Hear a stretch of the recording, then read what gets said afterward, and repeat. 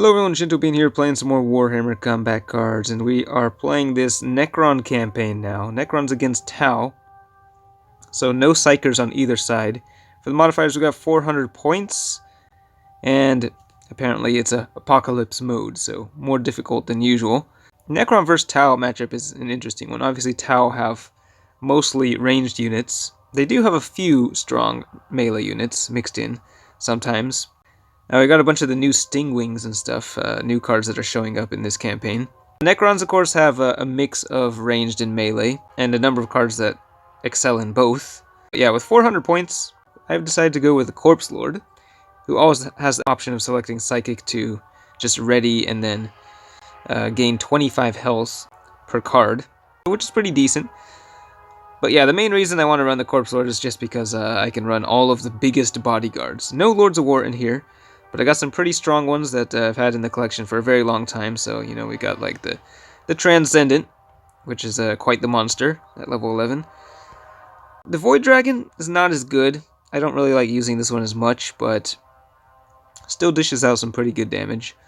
Finally got the Doomsday Arc to level 9 to unlock the secondary Precision Shot trait, which makes this a lot stronger. Lots of firepower from that one. And then the Tesseract Arc also recently got to level 6 to get that big ranged upgrade, so that one has some pretty good stats as well. And as you can see, most of these are keyword cards. The Deceiver doesn't have the greatest traits. It does deal quite a bit of damage, though.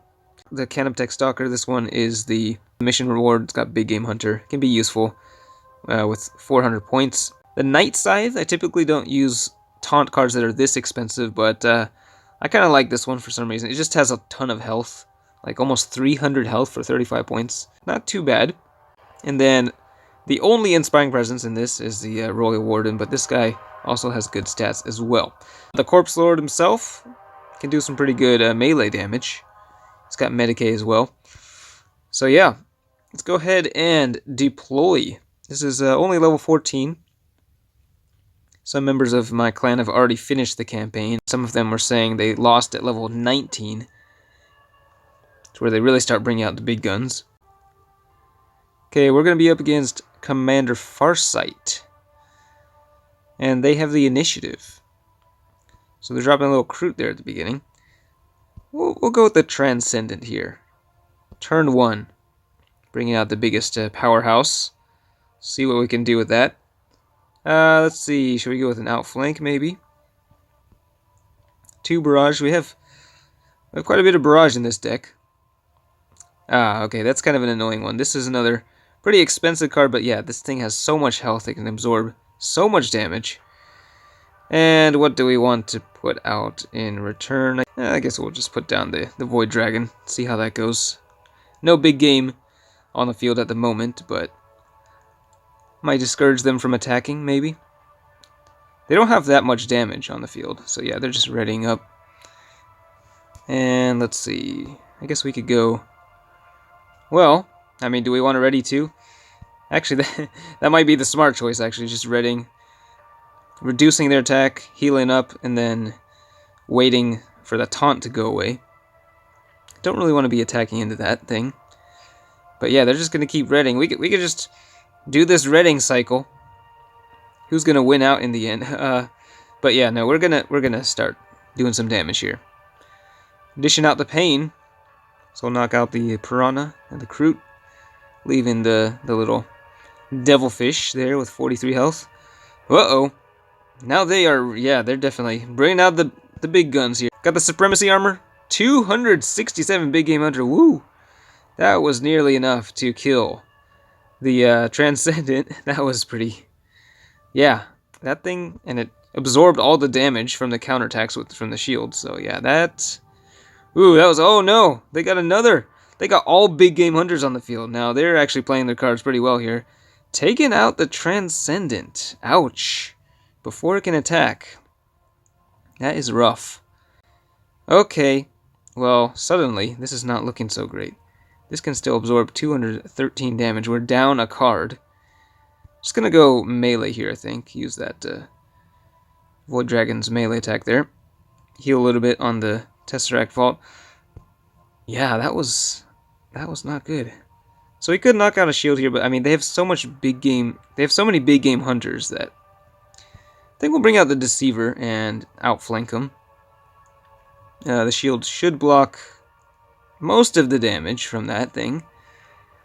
Taking a lot of damage here. Yeah, so that one shield worked out pretty well.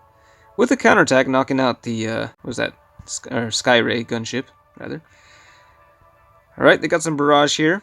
So we do have to be careful, because, you know, once Farsight comes to the field, he's just going to heal up whatever remains, which is going to be, yeah, something big in this case.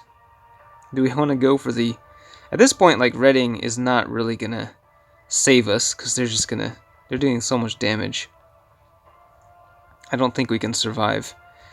So, I think we will just go with the melee attack. And hopefully we can knock out, like, maybe 2 of the bodyguards on the next turn. Might be the smart way to go. We still have 4 bodyguards remaining, so I think we're okay. They will do some killing here, though. Okay, Deceiver just barely leaving that guy alive, so that's good. Do we have enough to actually, like, destroy everything? Probably not. We could knock out... Well, actually, we might be able to with the Inspiring Presence and all these barrage attacks and whatnot. Although, bringing out this one is kind of tempting, too. But we're going to go for straight-up firepower here. Oh, we actually... I didn't realize we have an 80% ranged attack charged up. Okay. Yeah, so this will just destroy everything. Boom. No more bodyguards for Farsight to heal. That played out pretty well. It's a max level Furious Charge. This is only level 14, and we're seeing some really high-level stuff here. 283, wow, enough to take out the Doomsday Arc, but pretty big counterattack from our side. And let's see. I think, yeah, actually, yeah, Farsight, he used to be over 40 points. Now he's 39, so no longer affected by big game hunters. Yeah, we'll just go with the Corpselord. Do some healing here. And we should have enough, yeah, ranged to finish the job. Wow. It's a pretty fun campaign, though. I do like this matchup. Not having to worry about Psychers as Necrons is nice. And I do think Necrons have a bit of an advantage against Tau, but yeah, you do have to watch out for those Lords of War, because those things are scary. The AI typically doesn't make very good use of Darkstrider's special rule either. It'll use it sometimes. Against Supreme Commander Shadowsun, you do want to make sure you don't get hit when you deploy your cards. Like, try not deploying them across from the most powerful ranged unit that's already on the field. You can play around it pretty easily most of the time, I think. So yeah, let me know how this campaign is going for you. They actually just made... I guess they just announced that they have like an external shop, like a web store now, for making purchases in the game, which is kind of odd, but yeah, later I'll do a video on that, comparing the in-game shop with the web store. But that's it for this one. Thanks for watching, and I will see you next time.